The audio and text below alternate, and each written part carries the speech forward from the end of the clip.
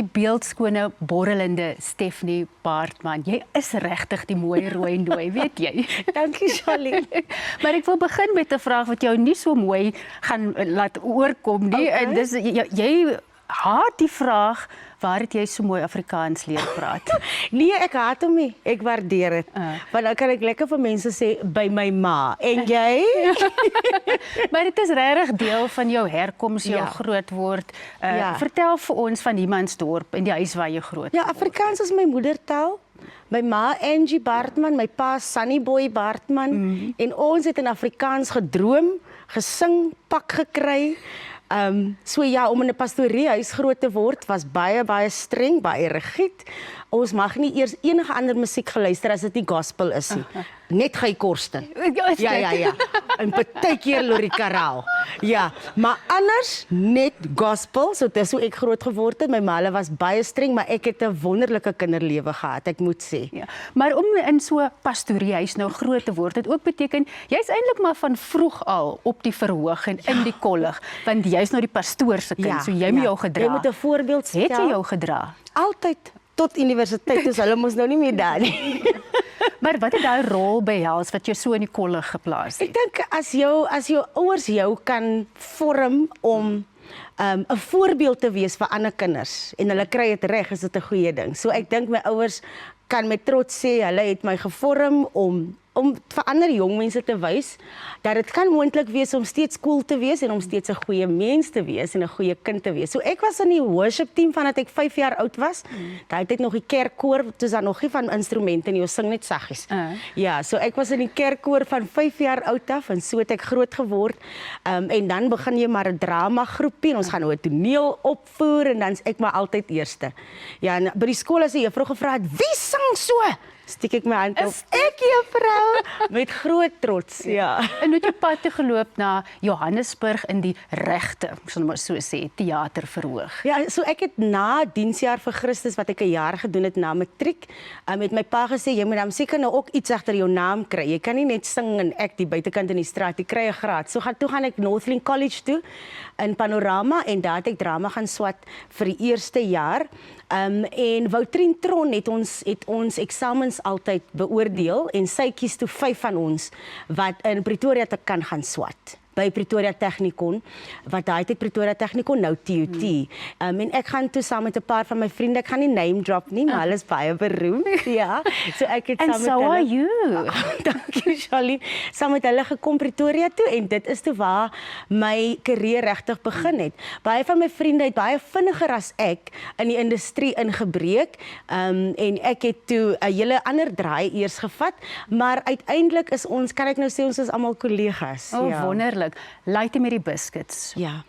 Aangrypende teaterstuk, Christo David wat die skrywer is, maar om die rol te vertolk van die ma van 'n seun met Down-sindroom en die tragiese verhaal wat op 'n ware verhaal gebaseer is. Ja.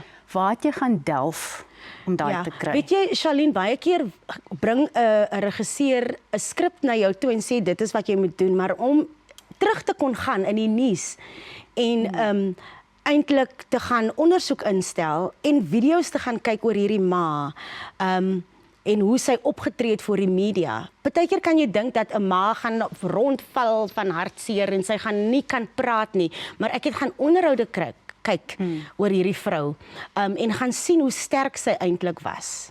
En dan kon ek myself daarmee vereenselwig as 'n ma van 2. Ek het 2 kinders en ek het net elke aand vir myself moes sê, vandag sterf jou kind weer. En ek dink dit is wat my gehelp het om deur hierdie produksie te kom, om myself te sê, dit is wat nou gebeur, dit is hoe ek sou voel as ma.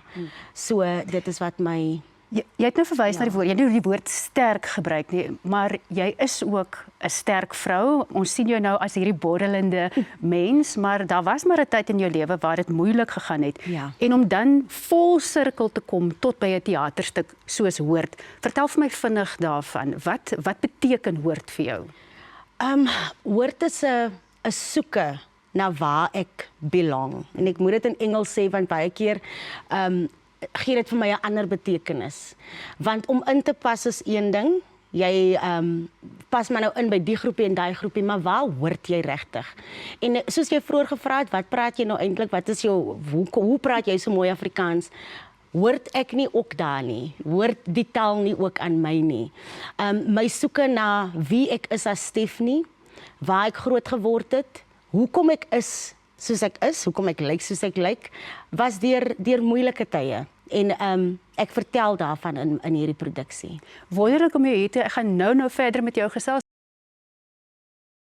Ek gesels verder met Stephanie Baartman. Stephanie, jy het ons gevat aan die konsep van bekend wees, tussen ja, maar julle is nou kollegas en hulle is baie beroemd, maar om in twee baie suksesvolle TV-reekse en dan een wat 'n sepie geword het te speel, dit is nogal iets om oor trots te wees, né?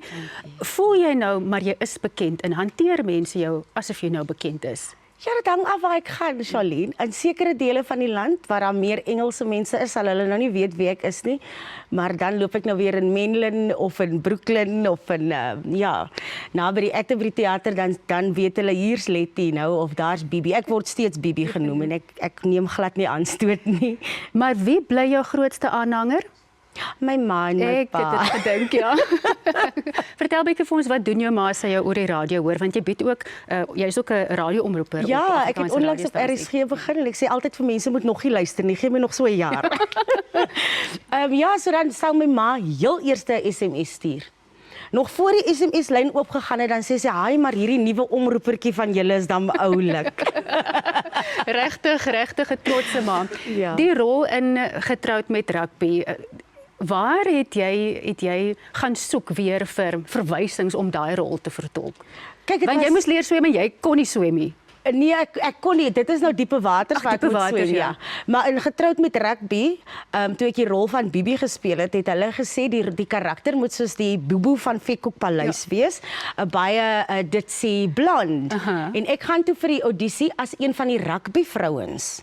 En hulle kyk so na my en hulle sê, "Jy lyk nie soos 'n rugbyvrou nie, lyk jy wie ek oefen nie." Hulle het nie so gesê nie, maar ek neem aan.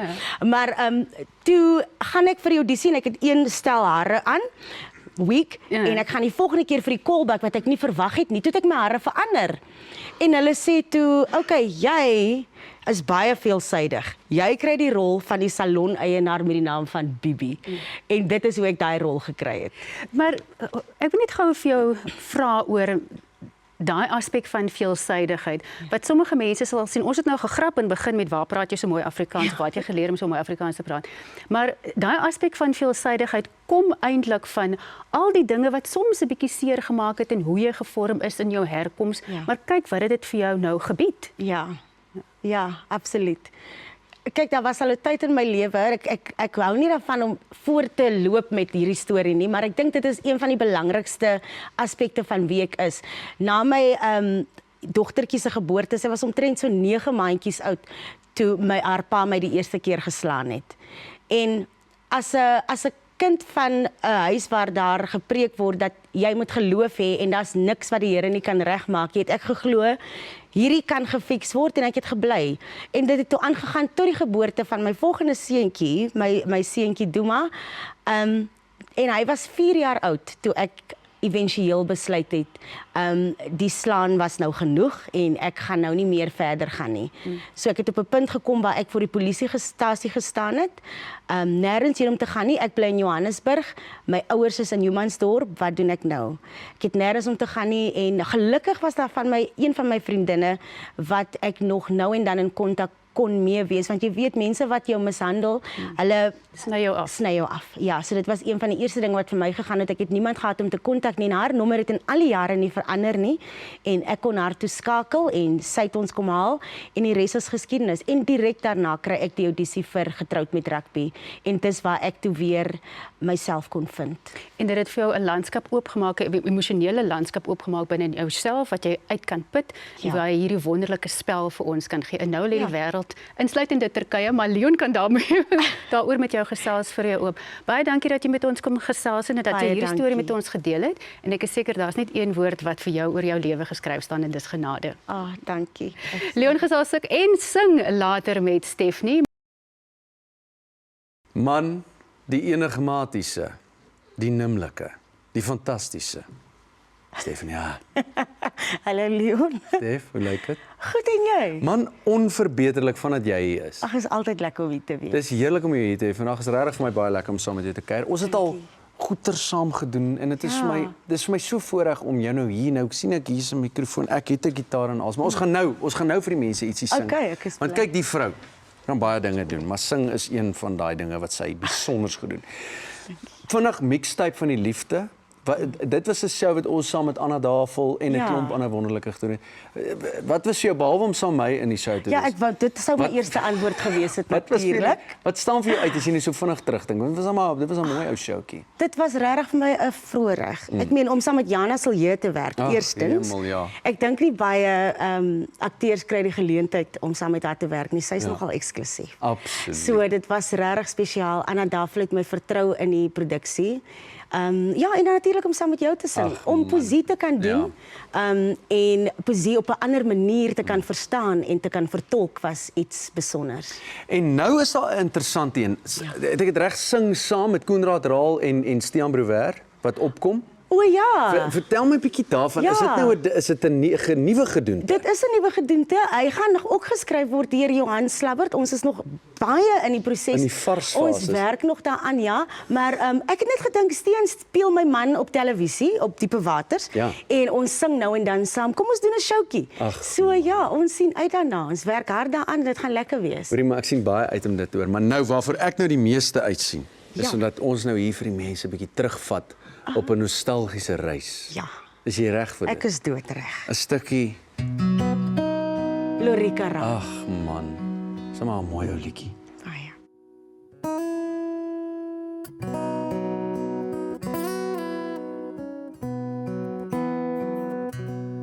My oom se motor is 'n ou masjien. Hy maak dit vol met dieselien en hy sing in die lande as hy ons kon sien. My oom is oud en ek is skaars 13.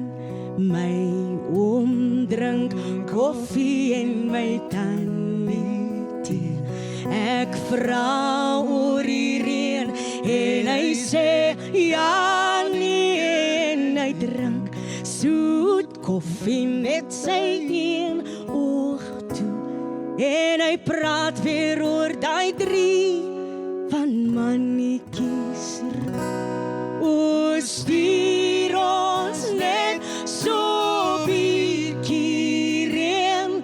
My oom het 'n tank vol dieselien en sien my pa en sien my ma en my oom op sy plaas in Afrika. Maar my oom het gesukkel op die plaas, want die son was te warm en die reën te skaars en die man van die bank het net sy kop geskud. Want my oom, ja my oom was te diep in die skuld. En as jy in die oggend deur die lande stap, hoor jy nog sy motor met sy klak, klak, klak. Maar my oom, ja my oom, so ons nou albei toe. In sy brief stuur hy groete aan mannetjies roep. O stuur ons net so bietjie reën. My oom net 'n tank vol dieselien en sien my pa en sien my ma en my oom op sy plaas in Afrika.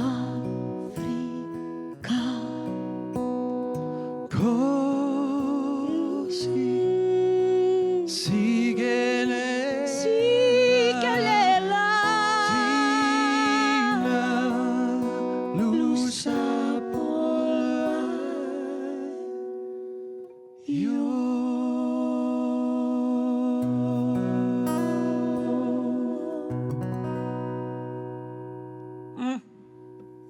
Stephanie Baartman. My beurt om met Stephanie te gesels. Jy het nou lekker met my kollegas gesels en gespeel en so. Maar ek het uitgesien na hierdie. Ja, ek het ook uit. Ja. Dis die lekkerste gedoen. Jy het nou die onderwerp nou self aangeroer. Okay, so ek wil nou as ek nou mag. Okay. Wil ek nou verder hou. Jy het nou genoem dat jy was wat geslaan. Jy was aangeraak geweest deur jou man en jy het nou besluit genoeg is genoeg en so aan. Kan jy raad gee vir mense wat in 'n soortgelyke situasie is vandag? Ek dink die grootste probleem met vrouens of mans wat in so 'n situasie is, jy dink eerstens worry oor wat gaan die mense sê, want jy steek dit mos maar weg. Kyk, my ouers het eers uitgevind nadat ek amper 3 jaar in die situasie was, want ek het altyd gedink dit gaan hulle seermaak, ek wil hulle nie seermaak nie, en wat kan hulle doen? En dan ook, wat gaan mense sê? Jy weet, wat gaan die publiek sê as hulle moet uitvind dat dit is toe nou die slegte besluit wat ek in my lewe gemaak het om hier te bly. Daar is niks wat jou daar kan hou, wat meer belangrik is as jou veiligheid en jou kinders se veiligheid nie. En dat daar mense is daar buite wat jou wil help.